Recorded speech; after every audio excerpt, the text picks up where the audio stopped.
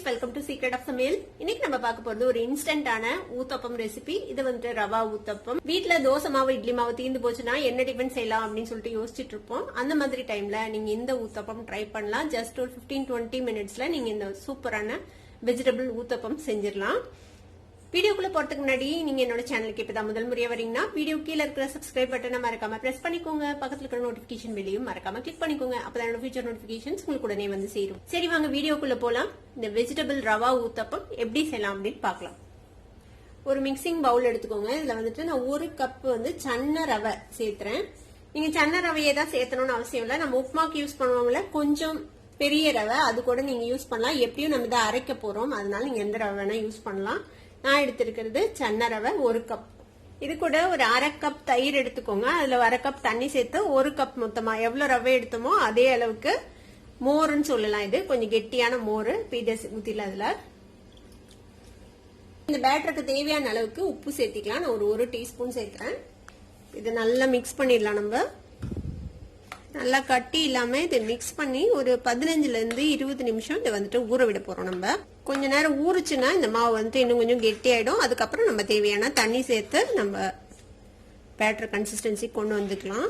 இப்ப இந்த மாவை மூடி போட்டு நம்ம இப்படியே ஒரு 15 நிமிஷம் விட்டுறலாம். ஒரு 20 நிமிஷம் ஊறி இருக்குது. நம்ம ரவை கலந்து வச்சது பாத்தீங்கன்னா கொஞ்சம் தண்ணி அப்சர்வ் பண்ணிடுச்சு பாருங்க.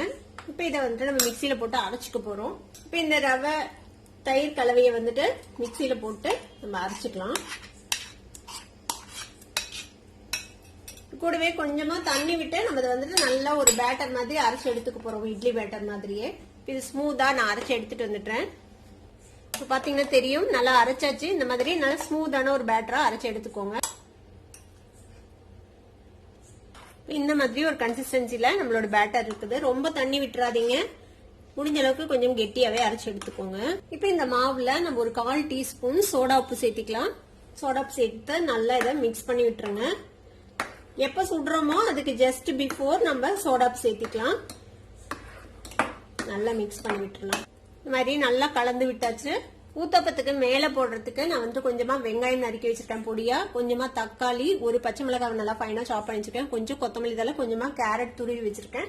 நீங்க உங்களுக்கு என்ன விருப்பமோ அதை நீங்க சேர்த்திக்கலாம். வெறும் வெங்காயம் இல்ல வெங்காயம் தக்காளி எது வேணுமோ நீங்க வந்துட்டு சேர்த்திக்கலாம். இதுல கொஞ்சமா உப்பு, ஒரு 1/4 டீஸ்பூன் உப்பு சேர்த்து எல்லாத்தையும் சேர்த்து மிக்ஸ் பண்ணி வச்சிடலாம். நம்ம அப்ப வந்துட்டு நம்ம போடும்போது ஈவனா எல்லா பக்கமும் எல்லாமும் இருக்கும். அதுக்காக நல்லா மிக்ஸ் பண்ணி வச்சாச்சு. ஒரு தவா அடுப்புல வச்சிருக்கேன். இதுல வந்துட்டு நம்ம கொஞ்சமா எண்ணெய் கீழே அப்ளை பண்ணிக்கலாம். மாதிரி நல்லா ஸ்ப்ரெட் பண்ணி விட்டுருங்க. கல் நல்லா சூடாயிடுச்சு. இப்ப நம்ம ஒரு கரண்டி அளவுக்கு மாவு எடுத்து, உங்களுக்கு பெருசா வேணுமா சின்னதா வேணுமா அதுக்கு பொறுத்த மாதிரி நீங்க வந்து ஊத்திக்கோங்க. ஸ்ப்ரெட் பண்ண வேணா இப்படியே ஒரு கரண்டி ஊத்தி விட்டுறலாம். இப்ப இதுக்கு மேல நம்ம கலந்து வச்சிருக்கிற இந்த வெஜிடபிள் மிக்ஸை வந்துட்டு இது மேல போட்டுடலாம்.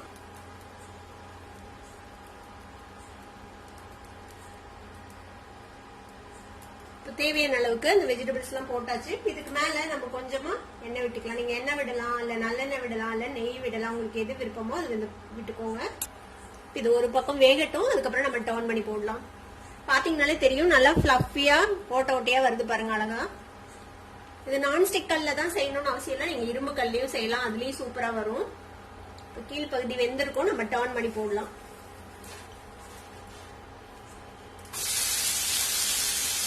பாத்தீங்கன்னா தெரியும், அழகா ஒரு கோல்டன் கலர் வந்திருக்குது. இப்ப கீழ்பகுதியும் அதே மாதிரி நல்லா வேகட்டும். வெந்ததுக்கு அப்புறம் நம்ம எடுக்கலாம். ஒரு 2 நிமிஷம், ஒரு 2-3 நிமிஷம் வெந்திருக்குது மீடியம் ஃபிளேம்ல கீழ்பகுதி. இப்ப நம்ம டர்ன் பண்ணி பார்க்கலாம்.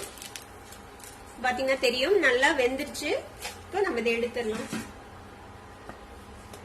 சூப்பரான ஃபிளஃபியான ஒரு ரவா ஊத்தப்பம் ரெடி ஆயிடுச்சு. ஃபிளஃபியான சூப்பரான ஒரு வெஜிடபிள் ஊத்தப்பம் ரெடி ஆயிடுச்சு. இதை வந்து நீங்க ரவையில செஞ்சீங்க அப்படின்னு சொன்னா கூட யாரும் நம்ப மாட்டாங்க. நம்ம நார்மல் தோசை மாவுல செய்யற ஊத்தப்பம் மாதிரியே சூப்பரா இருக்கும். சூப்பர் ஃபிளஃபியா.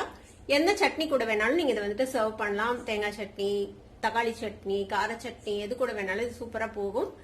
கண்டிப்பா ட்ரை பண்ணி பாருங்க. ட்ரை பண்ணி பார்த்துட்டு எப்படி இருந்தது அப்படின்னு கமெண்ட்ஸ்ல ஃபீட்பேக் கொடுங்க. இந்த வீடியோ உங்களுக்கு பிடிச்சிருந்தா சப்ஸ்கிரைப் பண்ணுங்க. பக்கத்துல இருக்க பெல் ஐகானை கிளிக் பண்ணுங்க. அப்பதான் ஃபியூச்சர் நோட்டிபிகேஷன்ஸ் உங்களுக்கு உடனே வந்து சேரும். லைக் பண்ணுங்க, ஷேர் பண்ணுங்க. தேங்க்யூ ஃபார் வாட்சிங் திஸ் வீடியோ. Bye bye.